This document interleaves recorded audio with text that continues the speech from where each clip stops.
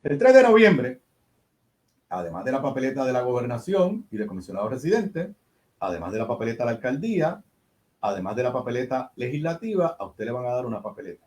La papeleta del mal llamado plebiscito, que yo he rebautizado el plebimito, estadidad sí o no.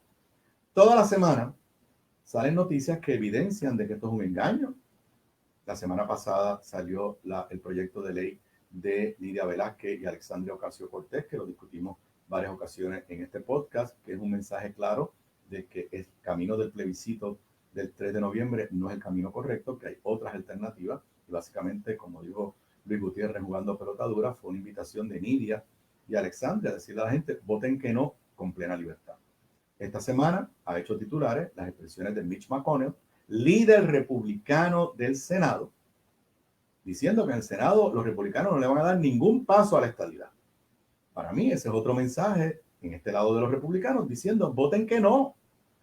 Estas expresiones de Nidia, de Alexandria, demócrata, las expresiones de Mitch McConnell, las expresiones de Reed Scott hace tiempo diciendo que no había ningún ambiente para la estadidad, las expresiones de Marco Rubio diciendo lo mismo, para mí lo que le están diciendo al pueblo puertorriqueño es pueden votar por el no. Y destruye la campaña de miedo del PNP, que es, si votas por el no, vas a ofender a los americanos. No, los americanos le están diciendo, voten por el no. Ahora, yo voy a aprovechar de aquí al 3 de noviembre para educar. Y yo voy a, de tiempo en tiempo, no todos los días, voy a establecer el segmento La verdad sobre la estadidad, como parte de la campaña para que todo el mundo salga a votar que no, y del esfuerzo que no tiene nada que ver con partidos políticos, de un grupo que bajo el lema sobran las razones para votar por el no, están llevando una campaña de orientación. Y en el día de hoy voy a tocar varios temas. Voy a hablar en esta sección de aquí hasta el 3 de noviembre. Voy a hablar de los temas del idioma español y la cultura.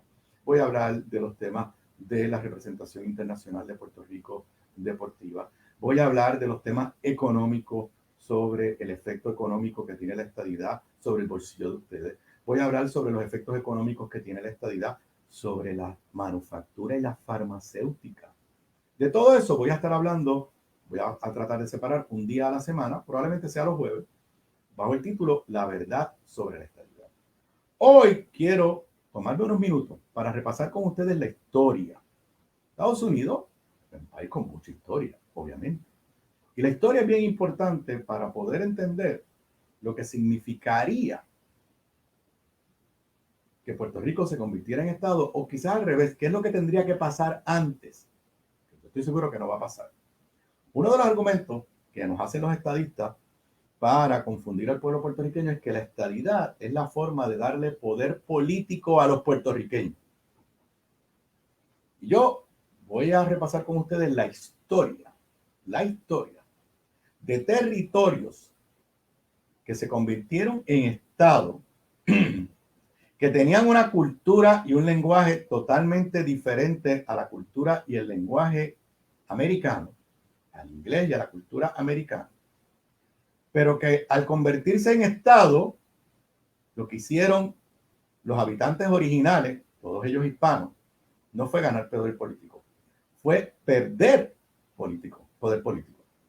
Y voy a ver con ustedes la historia de 4 estados que antes de ser Estado fueron parte de lo que hoy llamamos México.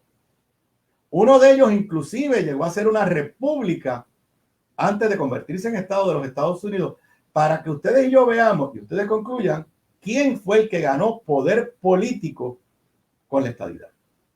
Vamos a ir uno a uno. Les voy a hablar de California, de Nuevo México, de 3 estados y de Arizona. Y de Texas, disculpen, y de Texas. Vamos a verlo uno a uno.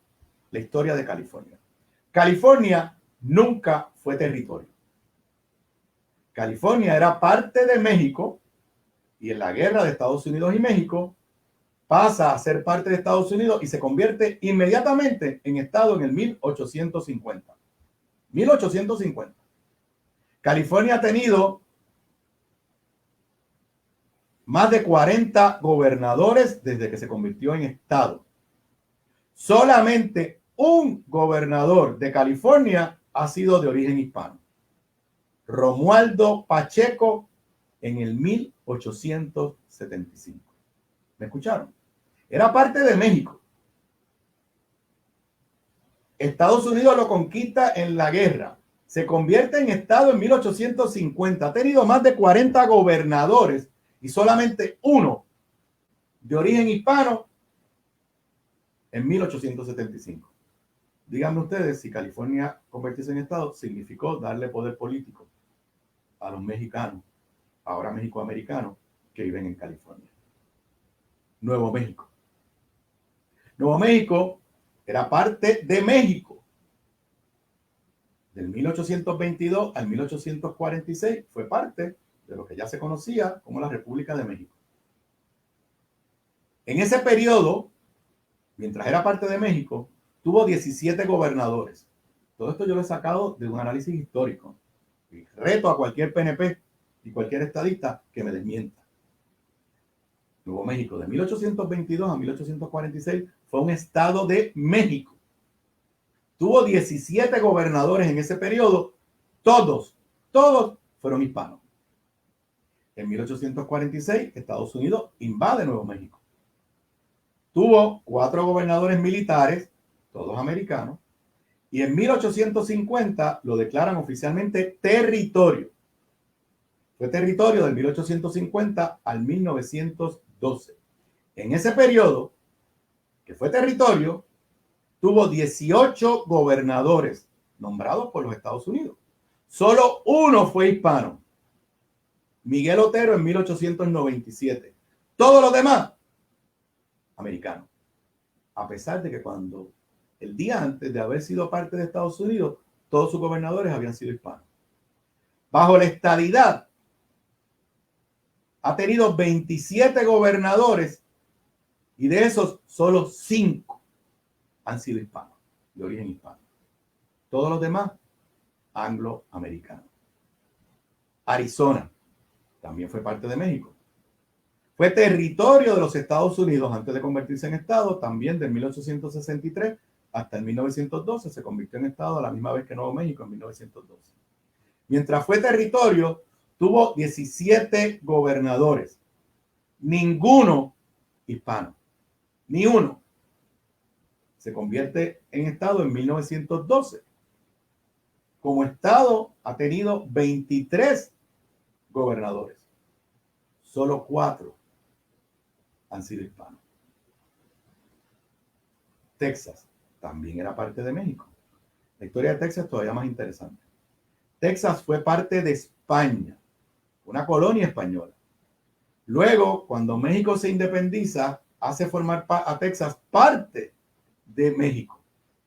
Luego Texas se declara república separada de México y luego se convierte en estado. Pero miren la historia, a ver quién ganó el poder político.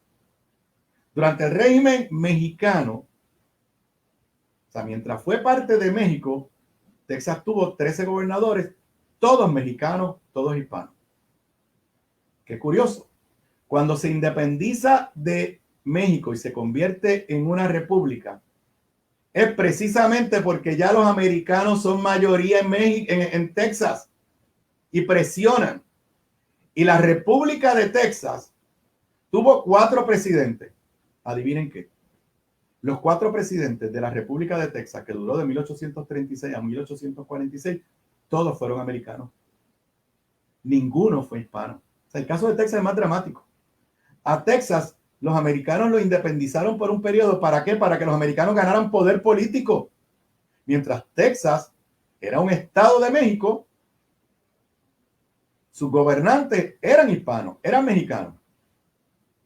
Cuando se independiza de México, todos sus presidentes en ese periodo de 10 años, 1836 a 1846, tiene 4 presidentes, todos americanos. Se convierte en estado en 1846. Y de allá para acá, Texas ha tenido más de 48 gobernadores. Adivinen cuántos han sido hispanos. Ni uno.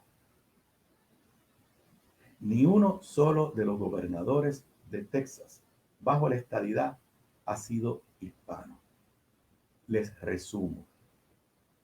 California, estado desde 1850, ha tenido más de 40 gobernadores, solamente uno ha sido hispano, Romualdo Pacheco, en 1875. Estoy hablando de gobernadores. Si fuera a hablarles de senadores al Senado Federal, es peor. Es peor.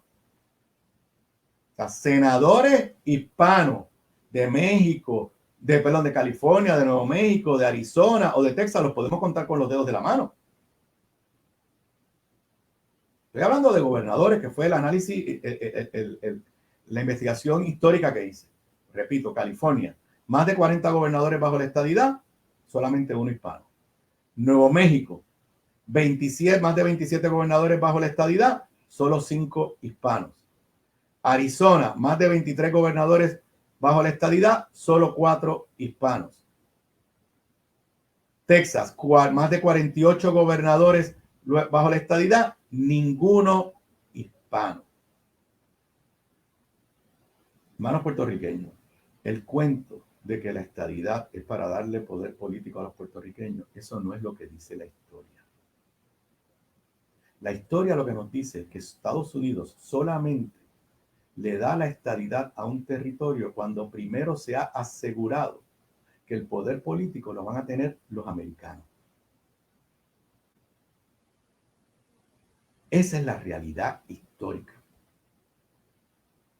Para mí la estadidad para Puerto Rico es un mito, pero como único podría ocurrir en cierta medida es si aquí se llegara a reproducir lo que pasó en California, en Nuevo México, en Arizona y en Texas. Hawái es otro caso diferente que también lo discutiremos en esta sección, la verdad sobre la estadidad, aquí en el podcast. Esta es la verdad. La estadidad no es buena para Puerto Rico, la estadidad no es buena para los puertorriqueños. Sobran las razones para votar en contra de la estadidad. Razones de poder político, que es la que acabo de discutir con ustedes hoy. Razones culturales, que las vamos a estar discutiendo sobre los efectos que tienen sobre la identidad cultural, lingüística, histórica de Puerto Rico, de lo que nos sentimos tan orgullosos. Y eso vamos a dedicarle tiempo en este podcast. La verdad sobre lo que significa la estadidad para los Estados Unidos. Porque mi posición es clara. La estadidad es un hecho de libre determinación de los puertorriqueños, pero también es un hecho de libre determinación de los americanos, porque es convertir a Estados Unidos en otra cosa. Eso lo vamos a discutir en este podcast, camino a las elecciones y al plebiscito del 3 de noviembre. La verdad sobre la estadidad en cuanto a las contribuciones que tú tendrías que pagar bajo la estadidad. La verdad sobre el efecto que tendría la estadidad precisamente sobre las finanzas de Puerto Rico, los bonos de Puerto Rico, el crédito de Puerto Rico. La verdad sobre las consecuencias que tendría la estadidad con la base de manufactura que tenemos y a la que estamos aspirando. Porque, y esto se lo adelanto, todas las, salvo una o dos, todas las manufactureras que hay en Puerto Rico y las farmacéuticas que hay en Puerto Rico están aquí porque no somos Estado y operan en Puerto Rico no como corporaciones americanas, operan como corporaciones foráneas. Si desde el punto de vista de taxes la estadidad les hiciera sentido a esas farmacéuticas, estaríamos operando en Puerto Rico como corporaciones americanas. No. Y vamos a discutir todos los informes económicos.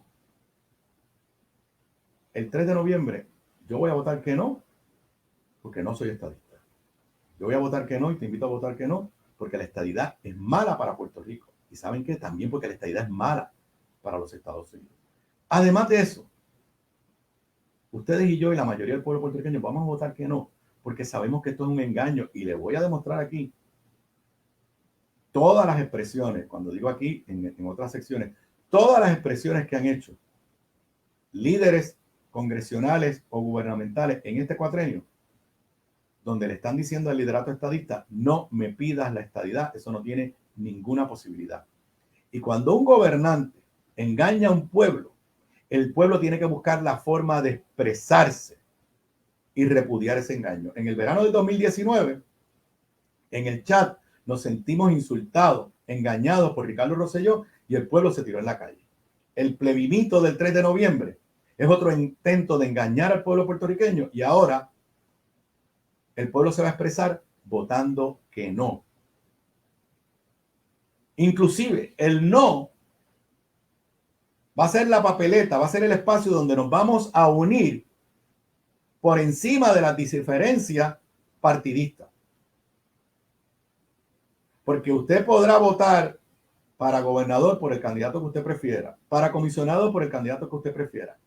Pero si usted se siente ofendido, engañado, insultado, molesto, con coraje por estos 4 años de desgobierno, usted sabe dónde nos vamos a unir. Todo votando que no en la papeleta